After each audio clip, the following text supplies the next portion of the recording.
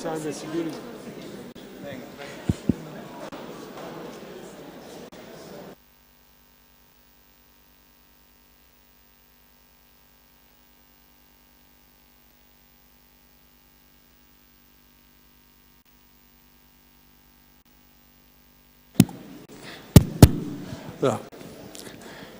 Buonasera e benvenuti a tutti nella sala del Tempio d'Adriano della Camera di Commercio di Roma.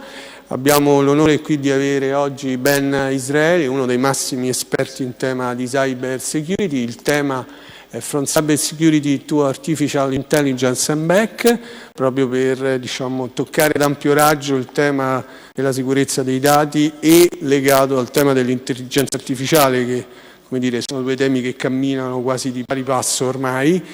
Inizierei subito dando la parola, avete tutte la possibilità, ci sono le cuffie per le traduzioni, inizierei dando la parola al padrone di casa, al segretario generale della Camera di Commercio di Roma, dottor Pietro Abbate, per un indirizzo di saluto.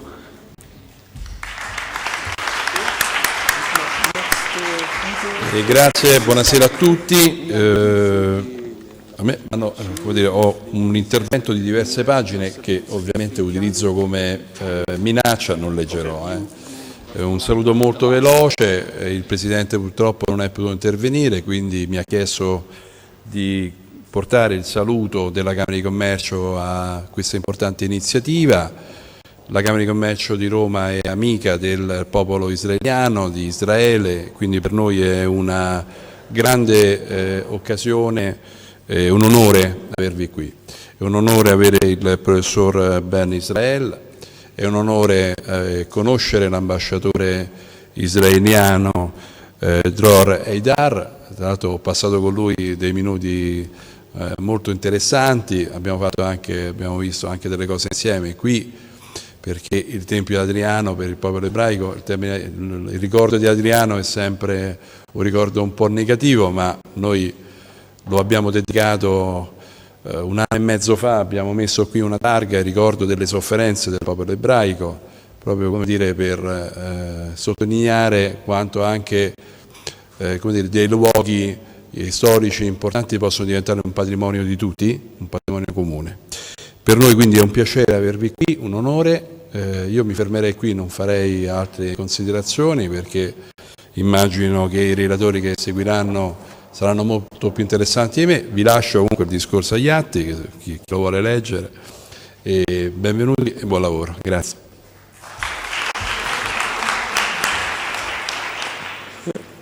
E ora la parola all'ambasciatore di Israele in Italia. Prego, ambasciatore, it's up to you.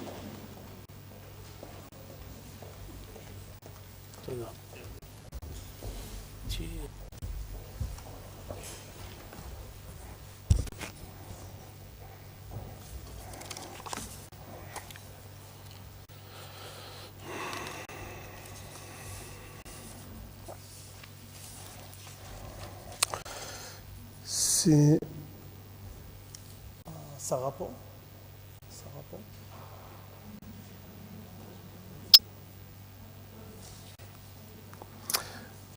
Distinti ospiti, vorrei ringraziare la Camera di Commercio di Roma e il suo segretario generale Pietro Abbate e professore Mancini, il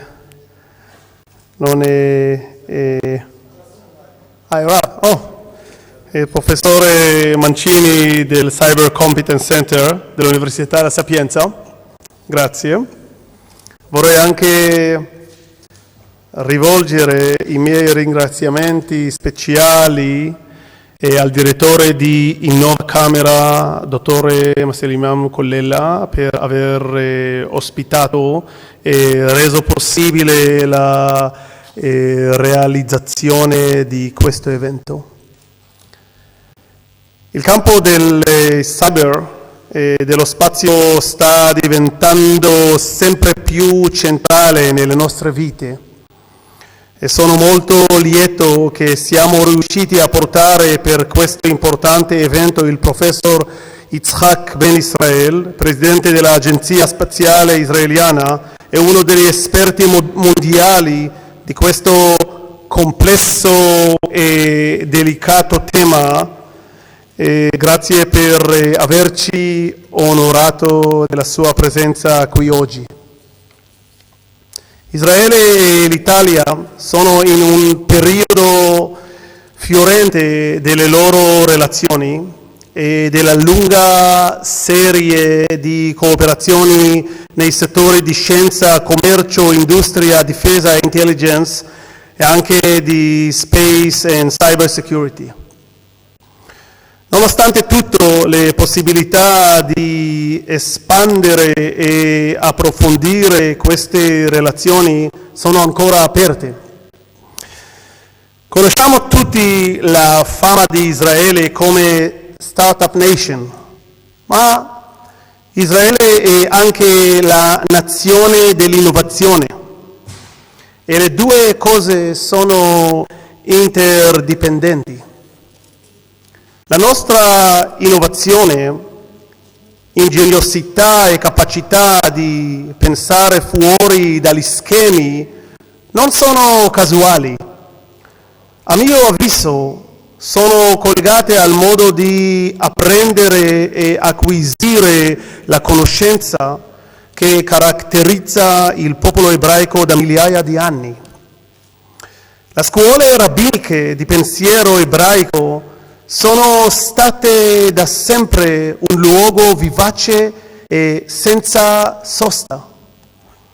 Non hanno lasciato affermazione, idea o decisione giuridica o morale che non fosse accompagnata da una marea di complessità e obiezioni da parte degli altri partecipanti.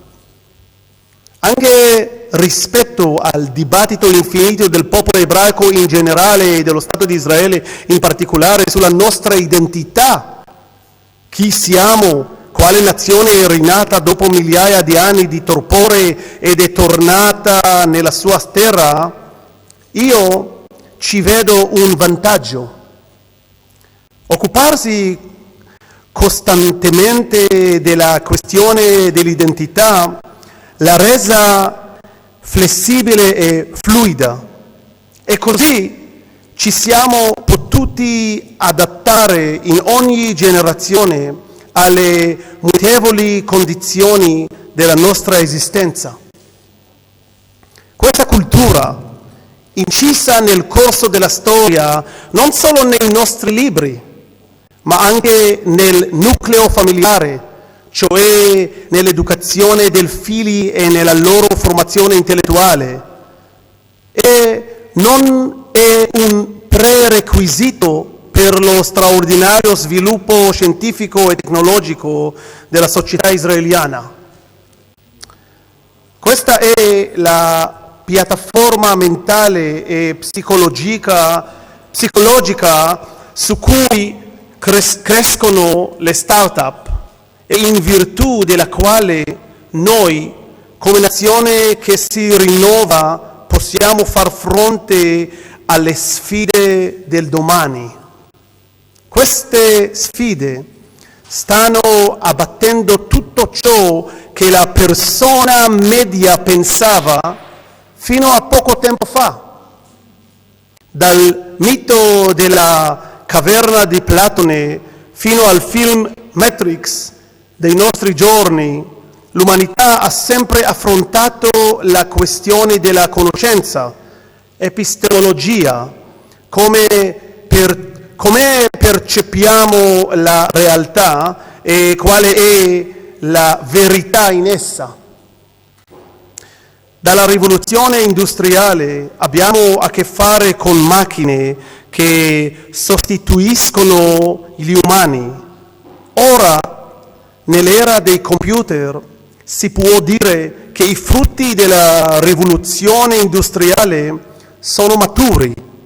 Frutti buoni o frutti cattivi dipende da chi ne fa uso e dalla situazione. Secondo il mito biblico, il frutto dell'albero della conoscenza ha aperto gli occhi all'uomo, ma lo ha anche avvicinato alla morte. Noi dipendiamo quasi interamente dal computer e questa dipendenza sarà sempre più profonda man mano che il potere dei computer aumenterà rispetto al potere della mente umana. Da quando il popolo ebraico è tornato nella storia, è ritornato nella sua patria storica, ci siamo continuamente dovuti misurare con l'opposizione al ritorno a Sion. I nostri vicini e altri paesi, alcuni lontani da noi, compiono grandi sforzi e investimenti per farci del male. Nell'era del computer i confini si sono dissolti. Non è necessario un grande esercito per prendere il controllo di una compagnia elettrica, dei semafori o degli ospedali. Bastano un computer in un angolo remoto del mondo e cattive intenzioni. Pertanto Israele ha dovuto perfezionare il suo vantaggio tecnologico rispetto agli altri. Oltre alla sfida intellettuale e alla motivazione economica, questa è anche e soprattutto una necessità per la sopravvivenza. Quando osserviamo la mappa globale delle minacce, Israele è solo il primo avamposto, mentre l'intera civiltà occidentale affronta minacce non semplici.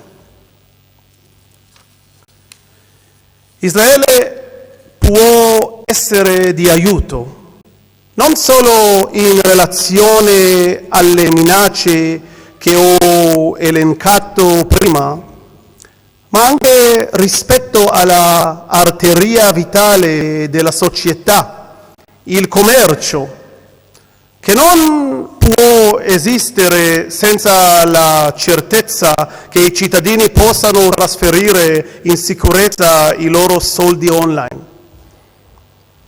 Noi dell'ambasciata saremo felici di collegare sempre più settori e aziende in Italia con la conoscenza e la tecnologia che Israele ha da offrire. La lezione del professor Ben Israel può certamente essere una degna introduzione e un ottimo prologo. Grazie.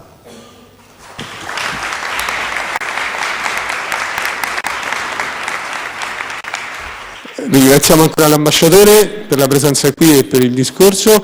Diamo la parola brevemente, è arrivato, scusandoci, qualche secondo di ritardo, al professor Mancini del Competence Center sulla Cybersecurity della Sapienza per un breve indirizzo saluto, perché abbiamo organizzato Camera di Commercio di Roma, Maker Faire e Competence Center, e poi la parola a Ben Israeli. Professore, prego, è membro del comitato scientifico del Competence Center della Sapienza.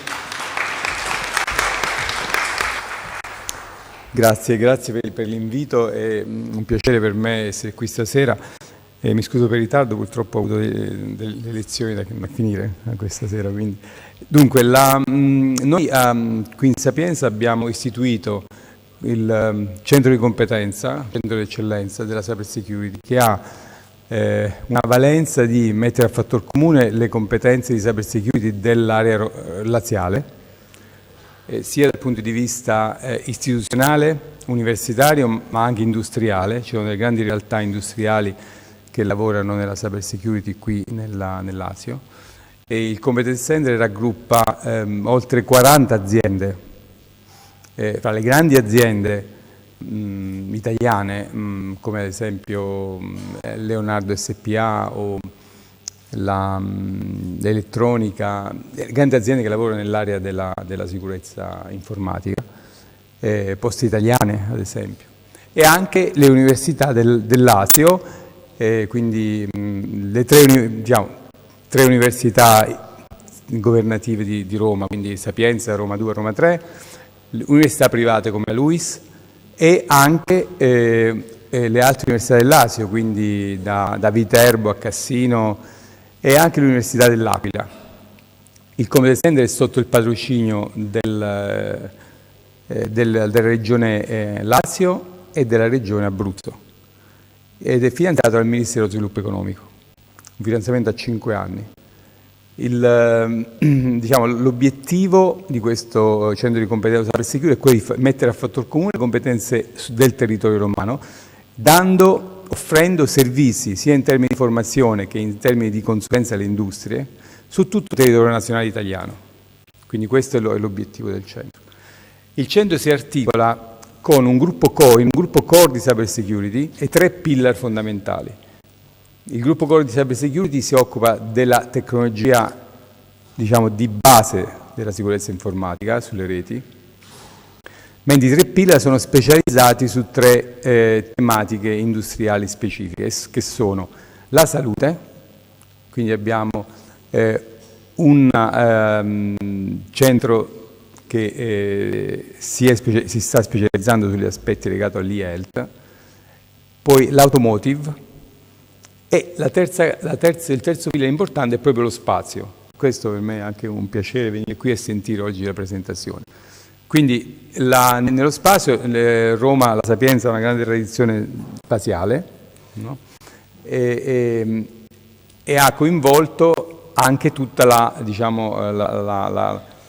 tecnologia spaziale delle industrie romane presenti qui da sempre lungo varie zone di Roma, ci sono che hanno già da tempo realizzato satelliti, eccetera. Quindi c'è una realtà industriale forte qui su questo tema. Le due cose sono state messe insieme, c'è anche l'Agenzia Spaziale Italiana che è parte del centro di competenza, sono state messe insieme e si è creato un gruppo specializzato nello spazio dove si andrà a valutare il rischio cyber nelle missioni spaziali. Questo è il punto di competenza. Quindi il mio interesse qui per queste tematiche è pieno, sono molto onorato di essere qui e di poter ascoltare la presentazione che ci sarà. Per qualsiasi ulteriore informazione sul centro, io sono qui tutto il giorno, quindi tutta la serata, quindi potete tranquillamente chiedermi. Grazie per l'invito. Grazie. Grazie e adesso lasciamo la parola al professor Ben Israeli per il suo speech.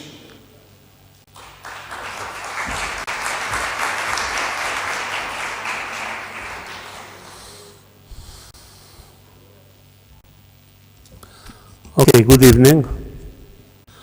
I'm honored to be here, especially in this special place, the Temple of Adrianus, which has some connection to our history as well.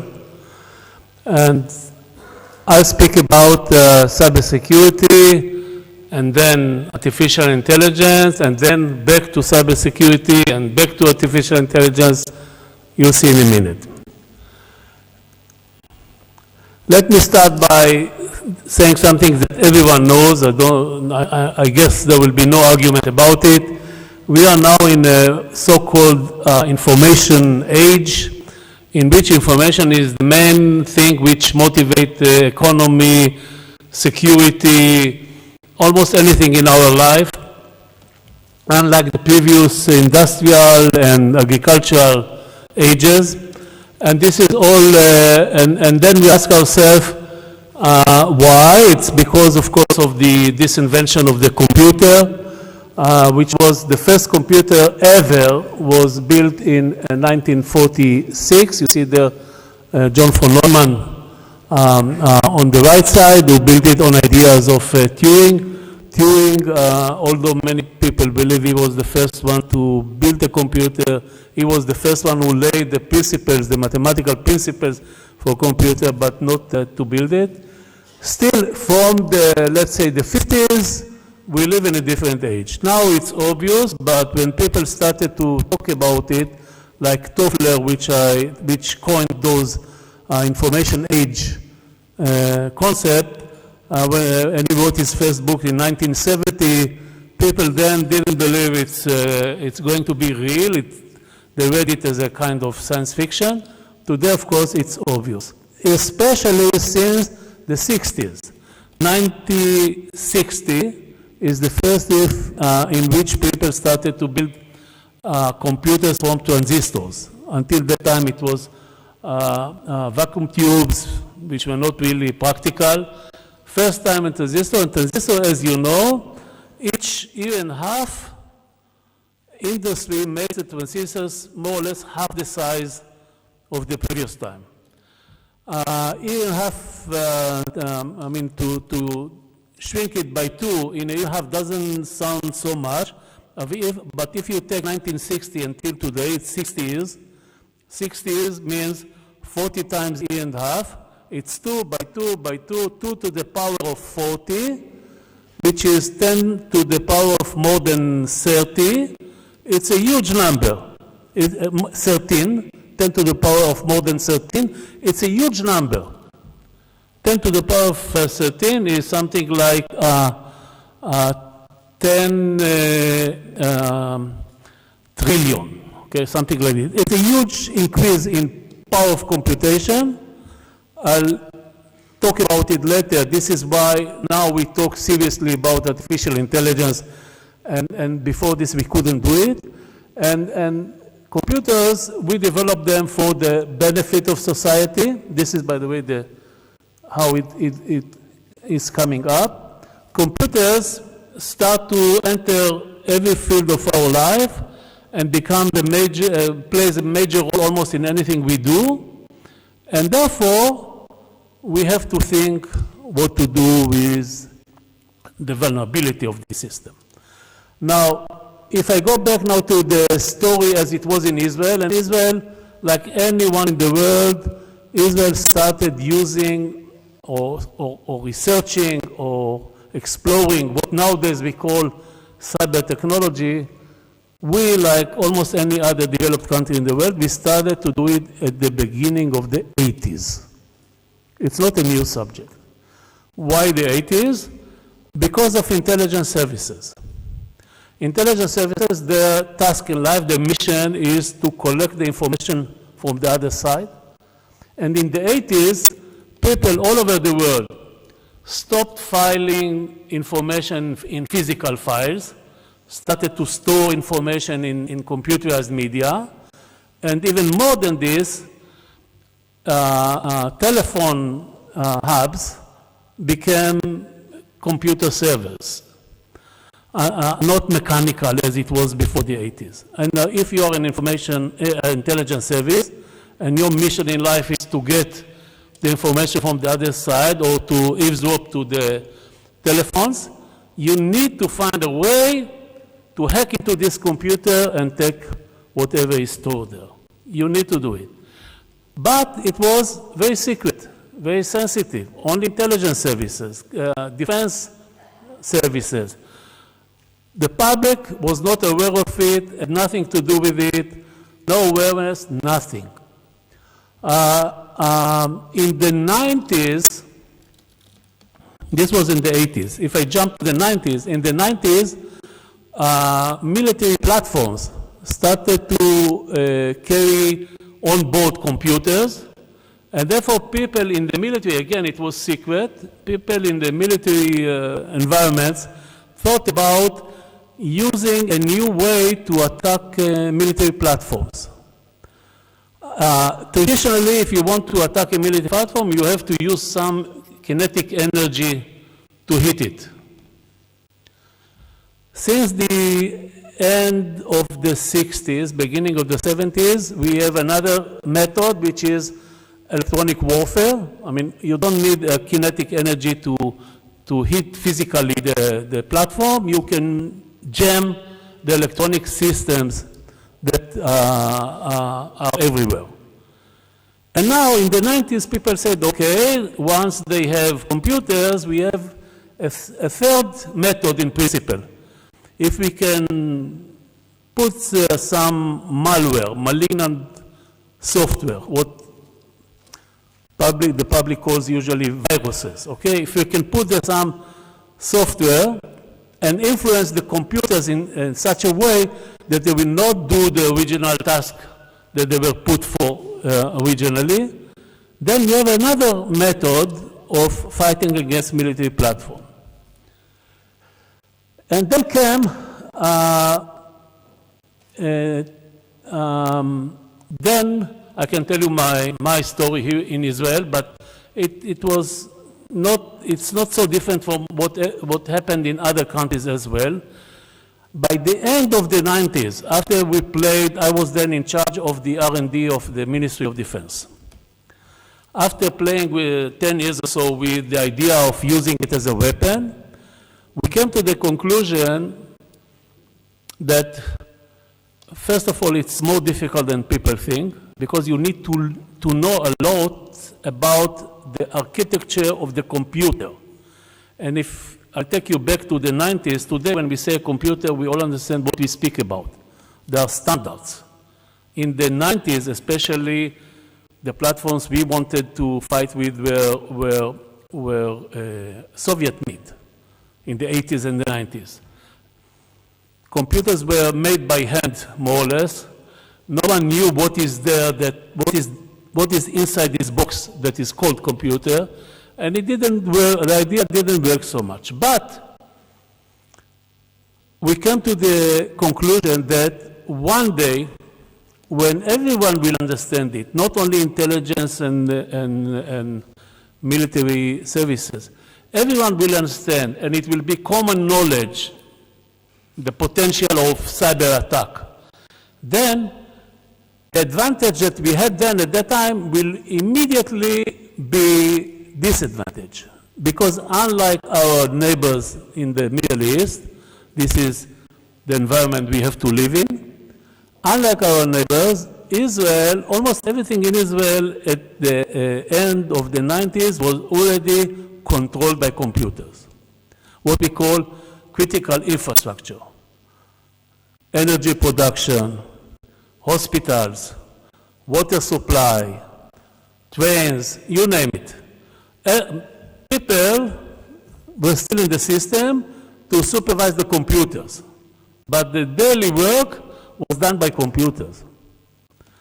And it was not in most of the world and the whole Middle East. Critical infrastructure was then at that time controlled by human beings manually. And then one day when everyone will understand, this was our thought then, everyone will understand the potential of cyber attack, we will find ourselves in a very vulnerable situation. It will be a problem. So I wrote a letter to the defense minister and to the prime minister, and it was decided in 2002 to found a new arm of the government which will be in charge of cyber protection of critical infrastructure. This we have since 2002. It's almost 20 years. Everyone is speaking about it today. Not many countries, there are less than 5 countries that have it. We have it for 20 years. Still, the whole world was unaware of it. And it changed in one day in 2010. This is because of the very well-known attack on the Iranian uranium enrichment centrifuges. In one day, it caught the imagination of the world, and because it's a nice story, you know, without any explosives and bullets, someone destroyed the centrifuges of Iran. So everyone in the street, kids, politicians, you name it, everyone started in one day in 2010 when it was revealed, exposed, everyone started to speak about cyber attack and therefore the need for cybersecurity. It happened in one day. I was called then to the Prime Minister, Prime Minister Netanyahu. He showed me the letter I wrote in '98. It 12 years old letter that I said, in which I said, one day everyone will understand it and then it will turn into a problem. He showed me the letter and said, this is the day. Now everyone understands the potential of it. We should expect a huge jump in cyber attacks against us. What should we do? I will appoint you to lead a task force.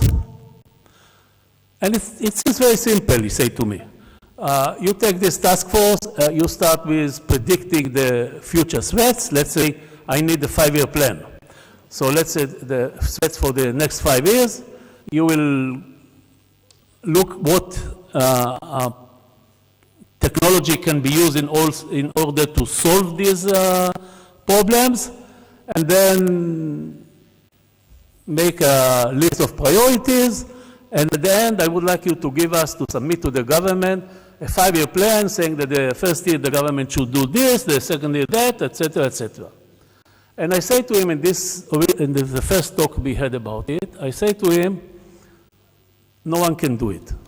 No one can do it because unlike human life, in which one generation is something like 30 years, 25 years, or other technologies, not computer technologies, in which one generation is something like 10, 15 years. In cyber technology, one generation is something between 1 year to 1.5 years.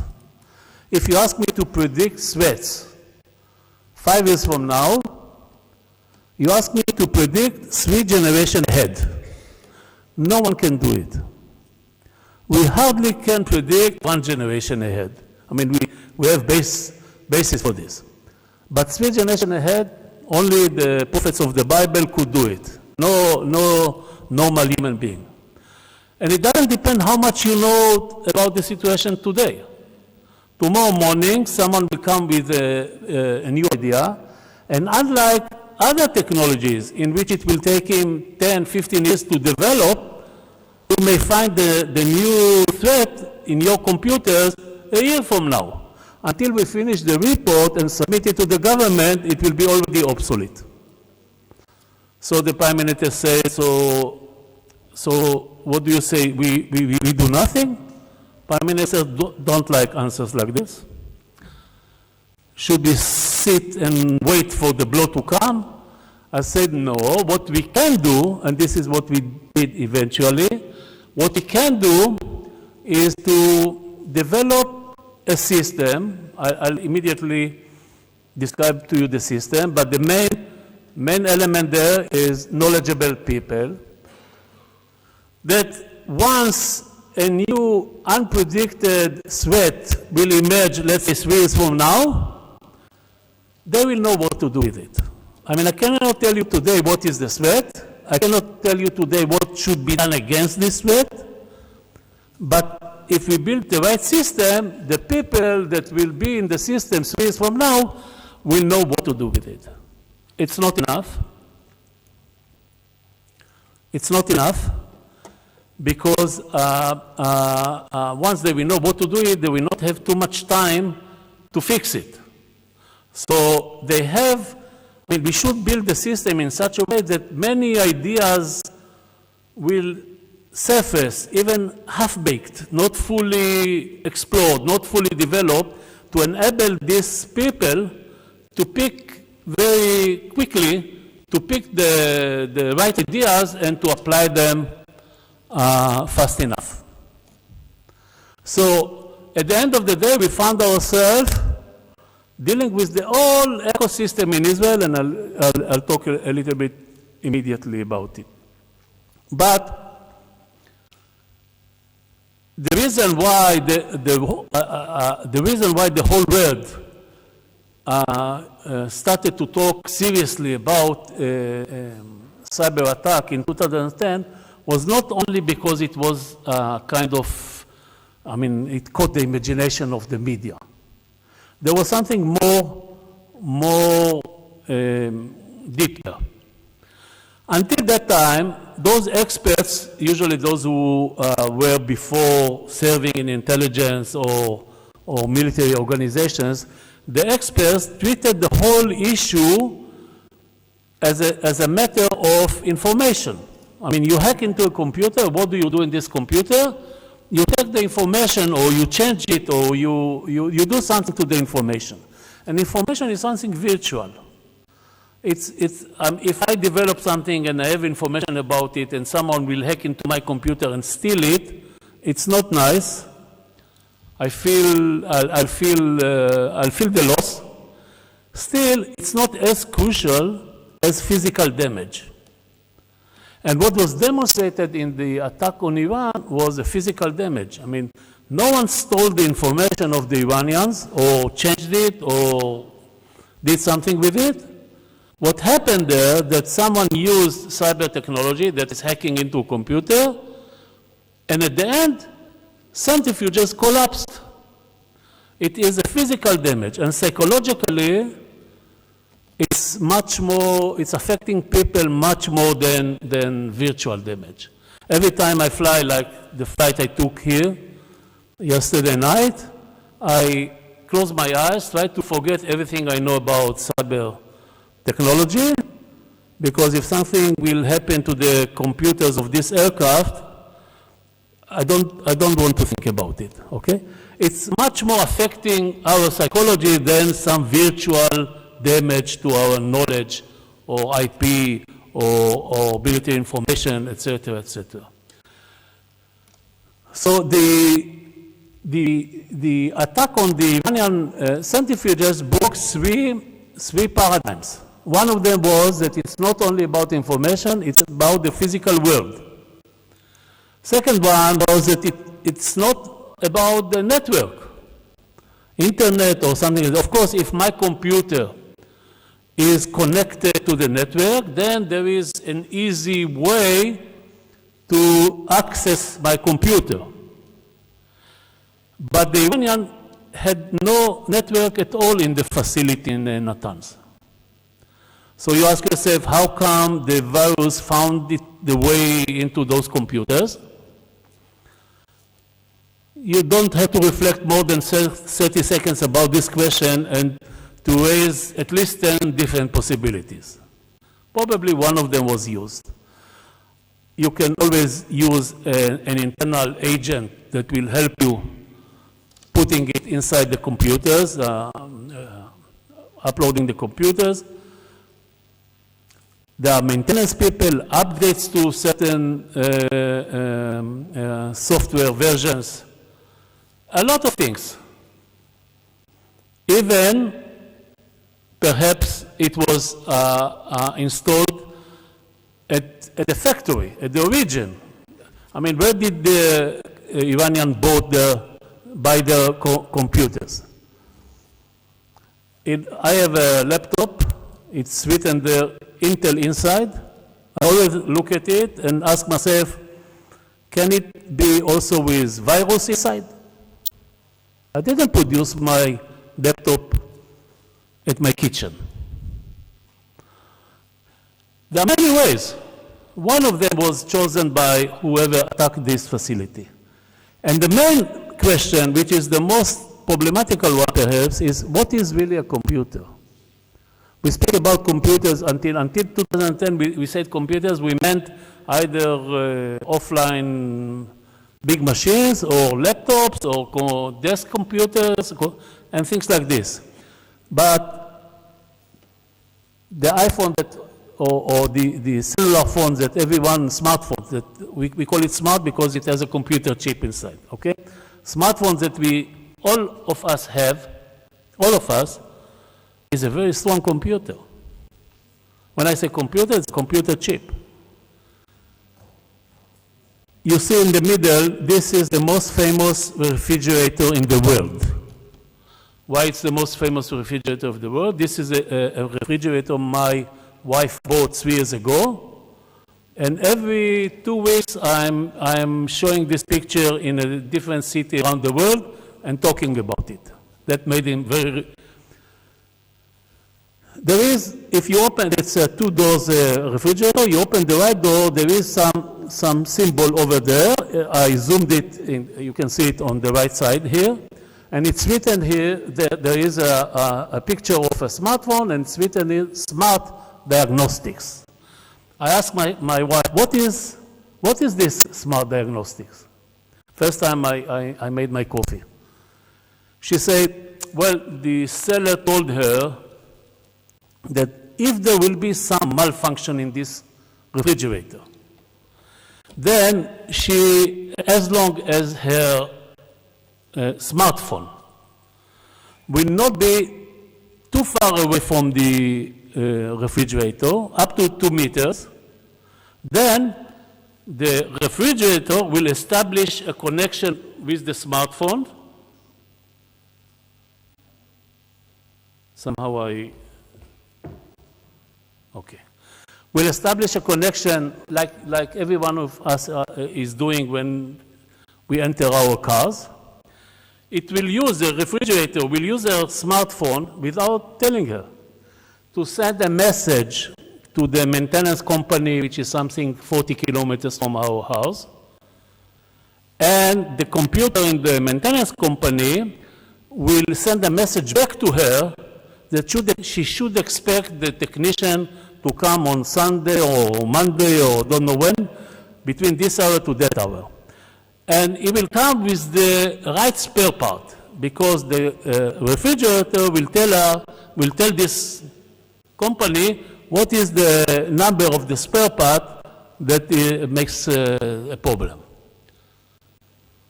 I tell you, every morning I go down to the kitchen, I open this to take out the milk, I look at it, and I ask myself, what else is there in this refrigerator that the seller didn't tell my wife about? Me and my wife, we stopped talking in the kitchen. At the end of the day, if you ask me what is cybersecurity, this is my definition. My definition, it's like the moon. It has a bright side and a dark side. We develop computers, computer technology for the benefit of our life, for our life. I mean, we make our life faster, more effective, etc., etc., etc. But without intention, we become dependent on these computers. We put computers almost everywhere in our life, even on our body, or sometimes inside our body, like pacemakers and things like this. And we create, without knowing it, we create a weak point. And we become dependent on this weak point. And bad guys, and there are always bad guys, may use this weak point not for the benefit of society, for the original goal for which we develop computer technology, but against the society, for their own interest. So if you ask me what is really a cyber threat is the dark side of computer technology. Cybersecurity is about minimizing the dark side of computer technology. And then I told you about the meeting with the Prime Minister, and I submitted the report to the Prime Minister, and the report concentrated on this ecosystem, which I promised you I will say a few words about it. It has three main elements and many others. One is academic school education. It's hard to believe, but in 2010, when we started the work, there was not even one university in the world, not in Israel, all over the globe, in which you could go and get a degree in cybersecurity. You could go and study computer science or computer engineering. For myself, some years ago, it was mathematics, but no cybersecurity. So we said to ourselves, okay, first thing, we should instruct our universities to teach cybersecurity.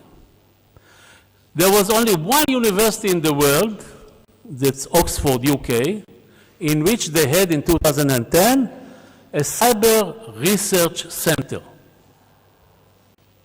One professor. When I did this work, I went to England to meet him. He was complaining he has no one allows him to publish papers because it's too sensitive. Cyber technology was considered to be something related to intelligence, security, etc. Are you crazy to publish papers in open journals? Are you mad? In Israel, I mean, of course, we recommended that every university in Israel will have a cyber research center. I'm the head of the Cyber Research Center of Tel Aviv University, which was the first one to be founded, also the biggest one. We have more than 250 researchers, which in academic life, it's a huge group, not only in Israeli terms. In Israeli terms, every group bigger than 10 is big, but in international terms. But we have one center like this in every university. And then we said, okay, where do the students come from? Most of them come from, usually this is the case, from high school.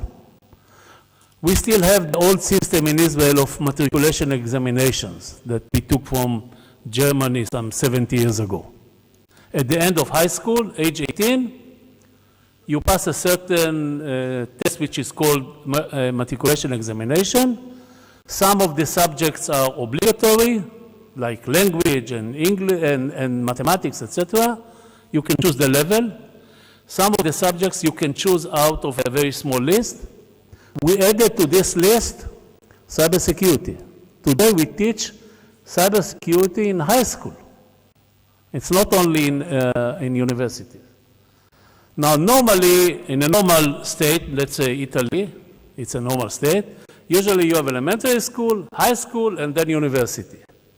In Israel, which is not so normal in this sense, between high school and university, we have another school, and that is the military school. Because as you know, every boy and girl, everyone, age 18, has to go to almost 3 years service, military service. We use it, and it was not invented in this committee that I led. We use it since the independence 70 years ago, we use it as a kind of school. I mean, you come, everyone comes to a military service. We have you now for 3 years. We should send you to those units which fit your skills, and if you are good in computers, we will send you to computer-related units. And then when you finish the service and go back to normal life, industry, or university, you will have already 3 years experience in this subject, on top of the high school studies. Industry, of course, I told you, we need, Israel, many people call Israel startup nation. The ambassador said a few words about the need for innovation because we cannot really compete or survive in our neighborhood by numbers. I mean, we are some 6, almost 7 million Jews surrounded by almost 400 million Arabs. Numbers are not in our favor. The only way we can survive there is by using what we call the quality and not quantity. And quality means two things. First of all, education, and secondly, technology. So we can, and that's why this is one of the reasons why we developed so much this startup culture. But if you want, as we did in 2010, you want to take the already existing, in 2010, we already had a highly developed high-tech ecosystem. If you want to shift it a little bit towards cybersecurity, you need to find the right mechanisms, the right incentives for this ecosystem to shift a little bit. It's not orthogonal shift, few degrees. You need to find the right mechanisms that will encourage the ecosystem to make the right shift, and this we did. And I will not go on many more, but give you only a few results. If you look at the numbers 2018, we don't have yet the numbers 2019, we wait. But if you look on the numbers 2018, for example, the Israeli civilian export of cyber security products and knowledge, civilian one, in 2018 was almost 10% of the global market. 10% of the global market. I don't know how much you know about Israel, but the number of Israeli citizens is more or less like the number of the population of Rome, more or less, perhaps less. That's all. But we succeeded in increasing it by 600% in 6 years, and it became almost 10% of the global market. What is more impressive maybe is that if you look on the global investment by business sector alone, I mean, we don't know, many times we don't know how much money is invested by governments. But if you take only the investments by business sector, the global investment by business sector in cybersecurity in 2018, if you believe Bloomberg, 18% of it went to Israel. So the whole startup engine in Israel and industry, etc., and research at universities, you name it, everything is really working on foreign investment, foreign money.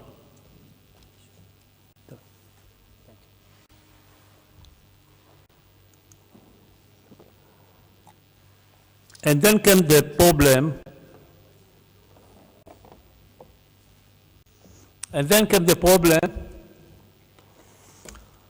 Which was first surfaced by Snowden affair in the USA, of the conflict between security on one hand and values, human values on the other hand, like privacy and other human rights.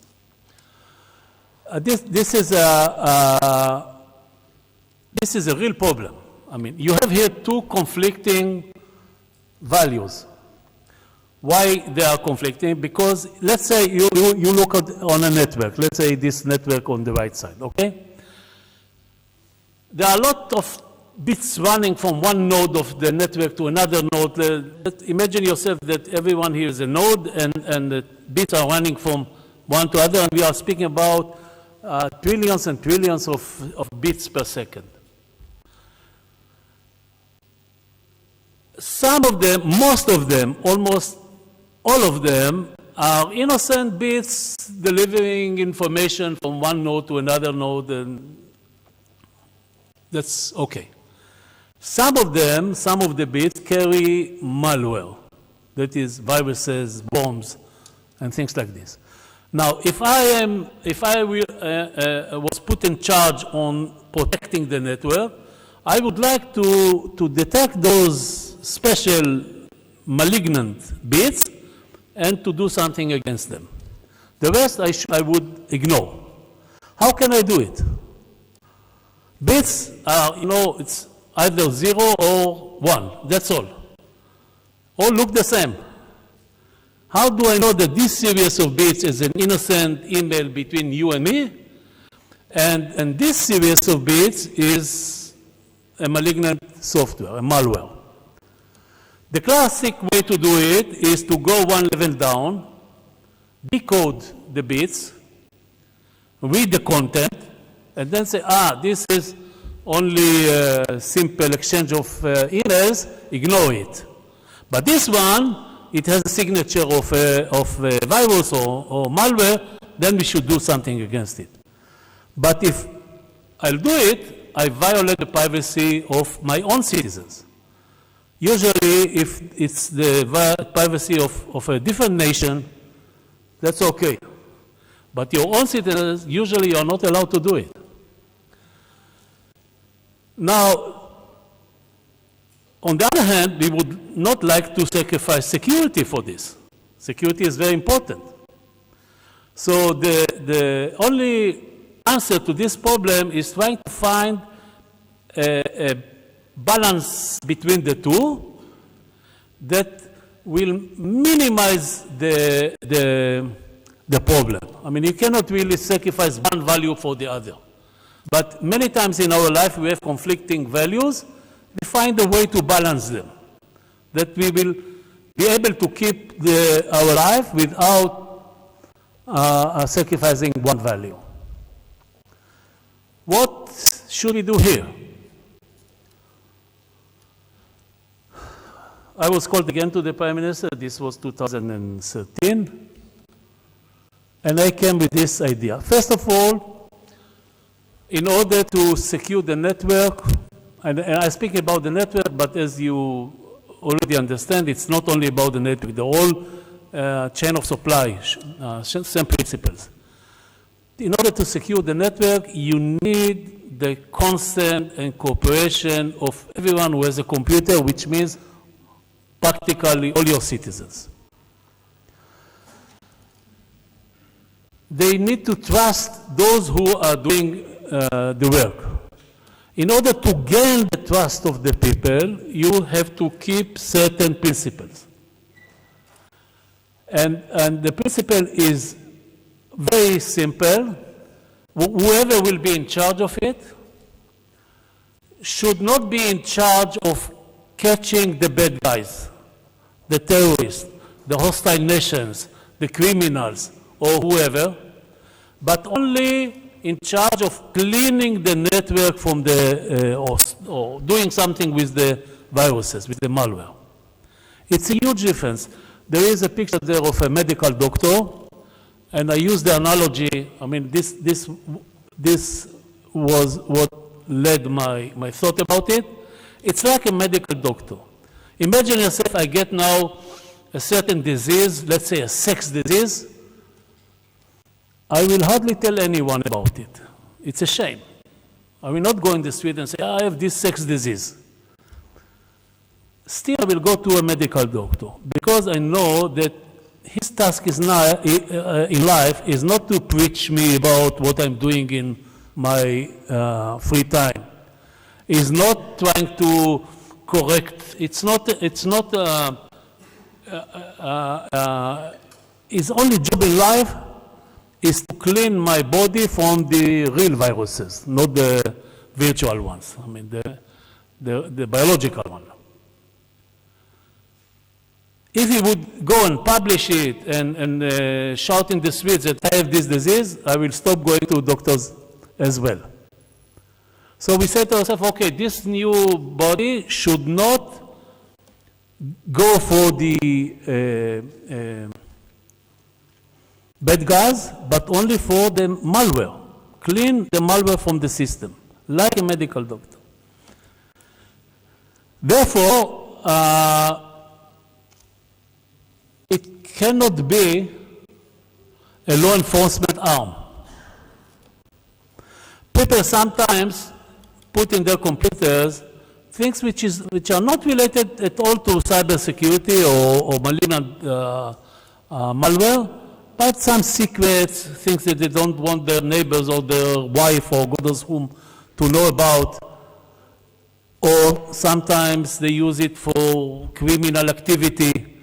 If this agency will be part of law enforcement forces, then people will not share information with this agency. They will try to hide the information from the agency as well. And the name of the game is about trust and sharing information. Don't ask me why, but in Israel, I guess everywhere in the democratic world, people don't trust intelligence services. You can argue with this. You can tell them that intelligence services work for them. But this is a fact you have to admit. People don't trust intelligence services. So it should not be intelligence service. So at the end of the day, we recommended to set up a new organization, entirely civilian, transparent, which will not be part of law enforcement, will not be in charge of getting the bad guys, but only cleaning the network from malware. And using a new technology, I mean, now it's not new at all, but I'm speaking now about 2013, using a new emerging technology called artificial intelligence. This is about machines that learn the traffic of the bits. It cannot be done by human beings. Too much information, too many bits. But you can put a machine, computer, that will learn the normal behavior of the bits and then detect certain series of bits because they behave abnormally, like we do in our life. I mean, how do we catch the bad guys? Let's say in an airport or something like this. One way is the classic way. We have intelligence services. We get some information telling us that next week two guys, one will be shot, the other one will be told, etc., and we put the people to catch those bad guys. Another way is, and we all pass it when we are asked those stupid questions by the security guys when we fly. They ask us few questions. The goal is not really, no one will tell them, I did not pack my luggage myself. It was done by someone, put there something, I don't know what it is, it's sticking. No one will tell them something like this. But if you are a terrorist or you know something, the assumption is that you'll start to get excited and will catch you by your behavior, not because of any prior information. Same way can be done with computers that will learn the normal traffic of the bits and detect certain series because they behave abnormally. I'll give you a very simple example, which everyone knows. One of the most popular cyber technique is called a worm. What is a worm? It's a virus. If I connect to your computer, it jumps to your computer. If you connect now to your student at the university, it jumps to her computer. And if this machine will see that a certain series of bits is jumping from one computer to the other computer, every time there is a connection established between two computers, it may immediately suspect it as a malware, as a worm, what we call. This is very simple example. There are much more effective ones. And we started using AI to protect our network in 2014 with huge success. Many major attacks on Israel were prevented by those machines.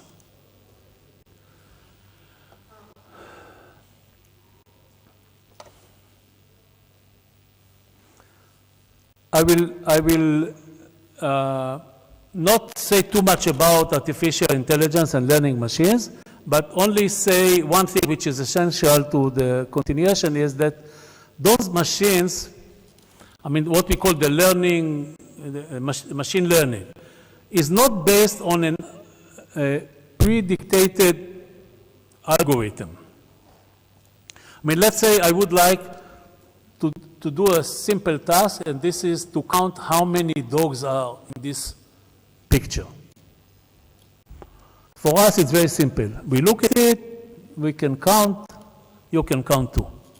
How does a computer can count? First of all, it has to recognize a dog. How does a computer will recognize a dog and distinguish between a dog and a tree? You have to define, to give him some definition of what is a dog and what is a tree. No one can do it. When for 60, 70 years since we have the first computers, no one succeeded in defining a dog. You can start with simple definitions like 2 eyes, a nose, a tail, 4 legs. How many tails do you see here? Not even one. Of course, because it's behind, okay? But the machine is not so clever. If the definition will be with a tail, it will say no dogs at all. So someone asked himself, and this was done in the early 50s. It's not now. How do we know what is a dog? I mean, we don't know what the definition of a dog is, but we easily recognize dogs. When we were kids, we know the answer. When we were kids, our parents told us, this is a dog, this is a dog, this is a dog, this is not a dog, it's a cow, and etc. Okay? And we learned from experience. We don't know even how we learned, but we know that we learned from our experience. So why not make what is called a neural network, make something similar to what is happening here in the human brain, show many examples to this artificial brain, and let it learn what is a dog, not even telling him the definition of a dog. This is the basic idea of learning machines. As I told you, it was already invented in the 50s. And the reason you started to hear about it only in the last 5 years or so is only because of power of computation. In order to translate what I just said into mathematics and matrices and things like this, you need a huge power of computation. It was not available until 10 years ago, or something like this. The reason why today we open the newspaper and read every day something new about artificial machines is because this increase of power of computation. And you all remember the stories, I will jump on them. There are almost no new ideas here. This is a new idea. You see it was first time appeared in a paper in 2014. One of the very few new ideas in artificial intelligence. This is what we call GAN, Generative Adversarial Network. And this is how we learn from experience. We see a lot of examples and then we learn. We also learn from other experiences of other people who tells us what is their experience. And we also learn by simulation. You take a pilot, you want him to do the right things in case of emergency. You don't crash the aircraft in order to train him. You put him in a simulator, you simulate the situation, and then he will learn. Someone came to the idea that he can do the same here in artificial intelligence, and this solved one of the most pressing problem of artificial intelligence is that there are not enough examples that I can use to train the machine, to teach it. But you remember, every time there is a development in computer technology, we should think about the dark side, and here is the dark side. This is ignore the mathematics, okay? You see in the middle this image of panda bear. Now, someone took this image and added to it a noise, what you see on the right side.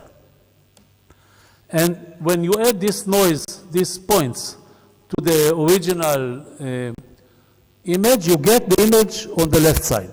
For our eyes, it looks like a panda bear. You feed it into a learning machine, a computer which has these neural networks which I told you about, etc., and it will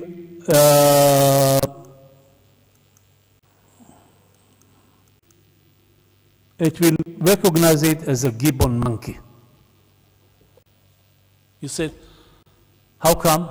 It looks like a panda. But you have to remember that these machines have different brains from ours. Our brain can be deceived, if we speak about images, by wearing glasses, or changing our hair, or raising beards, etc., etc.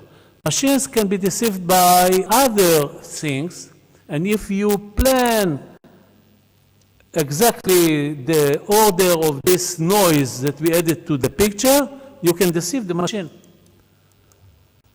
So at the end of the day, we are facing now a phenomenon in which the bad guys use artificial intelligence, that is learning machines, to learn how the machines that we use to protect our networks are working. They learn how they work, and then they develop a way to deceive our machines. It's artificial intelligence versus artificial intelligence. So we are now working on another generation of artificial intelligence that will overcome these ones. And it will go like this, I guess, forever. It's a new story. Meantime, we learned by this that we have a lot of problems, sometimes unexpected, because once we do not dictate to the computer what it should do in this situation and that situation, but let it learn by itself from its own experience and decide whatever it decides, we lose control of these machines. And when we lose control of these machines, sometimes things may be unexpected and very surprising. I'll give you one example only. This was done by Microsoft 2016, okay? You know that if you have a problem with your computer, first of all, you reset it, then you try this, you try that, and if nothing helps you, you push the help button, and someone is talking with you, usually sits in India, and he said to you, first of all, reset your computer. Okay, I said to him, you say to him, I already did it, then what? And sometimes he can solve the problem.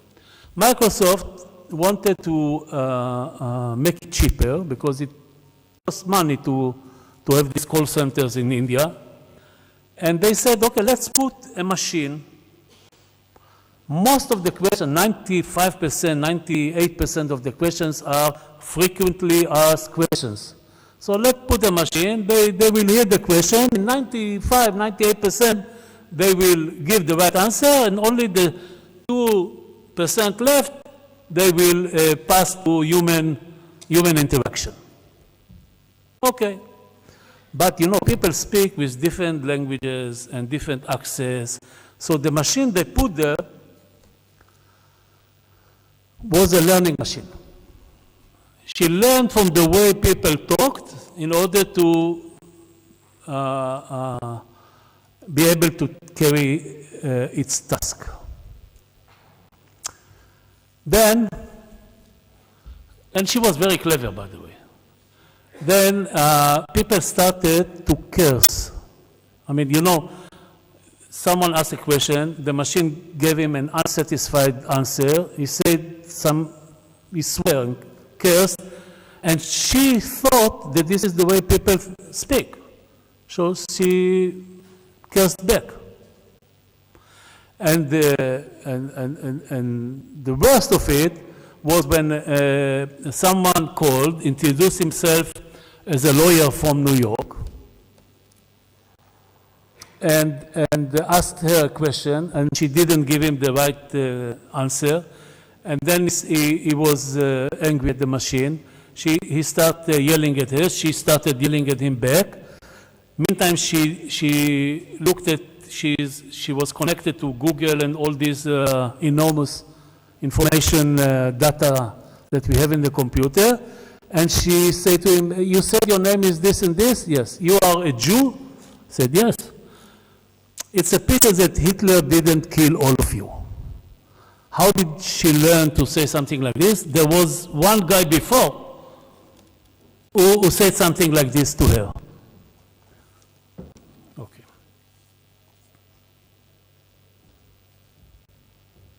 One guy before who said something like this to her. He was a lawyer Jew from New York. He sued Microsoft. It was taken off the system less than 24 hours after it started to work. Less than 24 hours. This is something unexpected. But you ask yourself, we are human beings, okay? We are intelligent. We have kids, we raise kids. At a certain age, they will do things that we don't desire them to do. We educate them. We tell them this is not done. Who educates the machines? No one. The more intelligent the machines will be, the more like human beings it will be, and we will have to develop all these other ways of behaviors that we have for human beings. I mean, they were developed for hundreds of thousands of years. We will have to apply the same measures also with those artificial intelligent machines. Okay, I'll tell you only this will be the last one. Only to tell you briefly, because this needs a lecture by itself. A year and a half ago, June 18, I was called again to the same Prime Minister Netanyahu, and he asked me, what should be the next move? I mean, we succeeded in taking the high-tech ecosystem in Israel, shifting it towards cybersecurity. What will be the next one? You know, when you are Prime Minister, every day someone is meeting you and telling you the next thing should be finding some cure for some medicine for cancer, or doing this, or doing that. And at the end, after a few discussions, we decided that it should be around artificial intelligence. Because this is, without any doubt, the most promising technology that may change our life in the next 10 years at least. So at June 18, he appointed me again to lead the task force about, this is taken from the letter of the Prime Minister. The vision is to empower Israel as a scientific, technological power from the perspective of national economic and security, and ensuring the future and national strengths of the state of Israel as a secure, open, democratic, and knowledge-based society, and more specifically, to position Israel among the first top 5 countries in artificial intelligence technology within 5 years, like we did 10 years ago in cyber. And we just started. I can talk about it for another hour, but perhaps next time. Thank you very much. Grazie al professor Israel. Ringraziamo, ora chiamiamo sul palco il Ministro per l'Innovazione Paola Pisano, che ci ha fatto l'onore di essere qui oggi. L'abbiamo strappata, posso dirlo Ministro, a un intenso lavoro, perché so che fra pochi giorni, non dico quando, proprio in questa sala sta preparando un documento strategico sull'innovazione in Italia, e penso che presenterà qui tra pochi giorni. Grazie ancora al Ministro dell'Innovazione Paola Pisano. Buonasera a tutti. I don't know if I have to speak in English or in Italian. In Italian, no? Okay, but it's better. Okay. So first of all, I would like to say something in English. Thank you very much for your presentation. It was really interesting for me also because I have to write the strategy, the innovation strategy of our country. So have your vision and your goal in the Israel for us, it's really important. So thank you very much.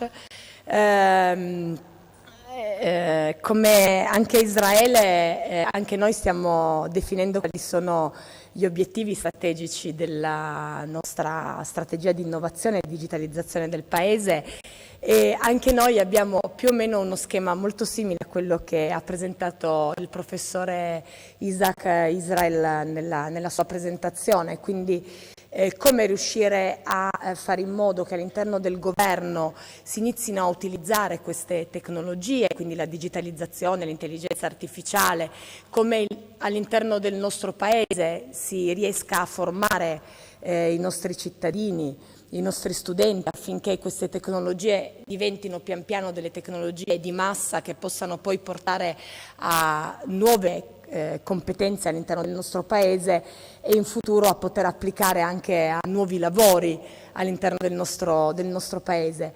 Da un altro lato anche noi abbiamo una visione su quali sono le nuove tecnologie all'interno delle quali il Paese dovrà investire. L'intelligenza artificiale, anche se partiamo un po' in ritardo e con un budget molto inferiore di Israele, anche noi vogliamo giocare la partita dell'intelligenza artificiale, importantissima, anche se si gioca con le caratteristiche che noi abbiamo all'interno del nostro Paese, quindi l'importanza della cultura dell'intelligenza artificiale, della trasparenza, dell'etica di questo mezzo e soprattutto del fatto di nuovo di fare in modo che l'intelligenza artificiale sia una tecnologia non solo elitaria, ma diventi una tecnologia che possa essere usata dai cittadini normali e possa essere capita dalla massa dei cittadini. Tutti noi dobbiamo avere l'opportunità di sapere in futuro come funzionerà un algoritmo all'interno di una macchina, magari di un'auto autonoma, e in quel modo capiremo se la vorremmo comprare oppure no. Quindi intelligenza artificiale anche per noi importantissima, cybersecurity molto importante, mobilità autonoma, gli altri poi non sono riuscita a leggere, è andato troppo veloce nella slide, ma anche noi abbiamo molto interesse nella mobilità autonoma, nelle forme di mobilità del futuro, non solo terrestri, e poi la robotica, che per l'Italia è una partita da giocare molto interessante, anche perché nella manifattura siamo abbastanza forti. Anche noi poi non solo siamo interessati a far crescere tutta la parte di tecnologia all'interno del nostro Paese, quindi il settore high-tech, ma siamo anche molto interessati alle applicazioni nel mondo reale, quindi nei settori in cui, tipici del Made in Italy di queste tecnologie. Ovviamente c'è tanto da fare, ci sono tante competenze da creare e soprattutto c'è una cosa importante per noi, il fatto che la pubblica amministrazione diventi il traino della digitalizzazione e dell'innovazione all'interno del nostro Paese. Noi abbiamo sempre visto la pubblica amministrazione come la brutta copia del privato che non era in grado di essere efficiente o di creare innovazione al suo interno. Con la nostra strategia vorremmo cambiare anche questo approccio alla pubblica amministrazione, attraverso la digitalizzazione dei servizi, attraverso le applicazioni di tecnologia all'interno dei nostri servizi, come ad esempio l'intelligenza artificiale. Potremmo cambiare la visione che i cittadini hanno della pubblica amministrazione, soprattutto l'interazione che noi abbiamo con la pubblica amministrazione, che spesso è un'interazione farraginosa, non trasparente, che ci porta via un sacco di tempo e ci fa perdere in mezzo a un sacco di burocrazia. Quindi il riposizionamento della nostra amministrazione, ma che non passa solo dalla digitalizzazione, ma passa anche da un'apertura maggiore verso il mondo delle start-up e dell'innovazione.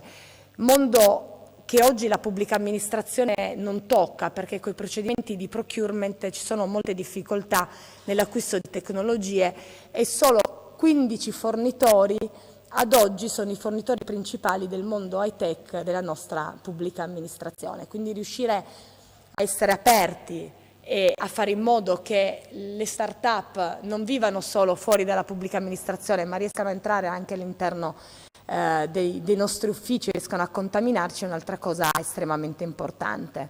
Infine in Italia abbiamo 1000 sfide che riguardano il campo dell'innovazione. Se da un lato dobbiamo fluidificare quella che è il settore della nascita, della crescita delle start-up, del loro finanziamento, eccetera, dall'altro dobbiamo anche spingere molto sulla domanda di innovazione.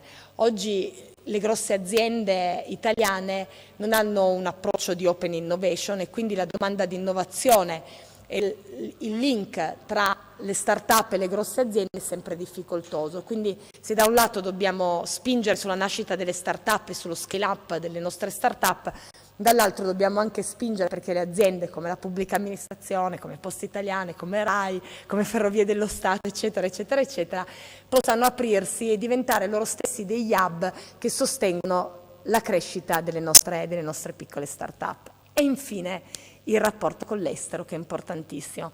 Noi ad Israele siamo molto affezionati, stiamo iniziando a collaborare con l'Innovation Authority.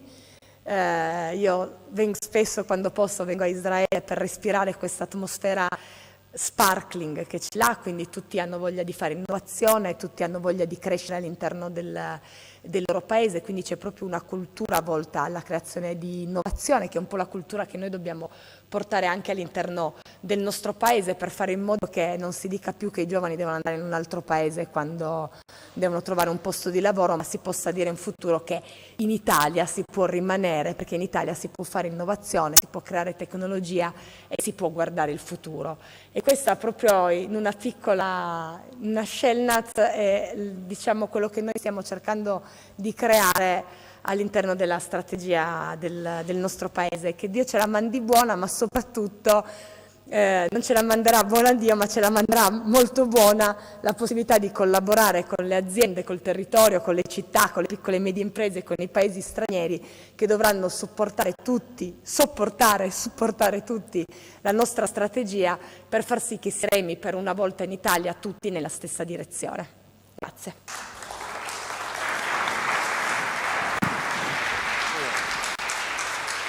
Ringraziamo ancora il Ministro e ringraziamo tutti i presenti per essere stati qui oggi e dichiariamo concluso l'evento. Grazie.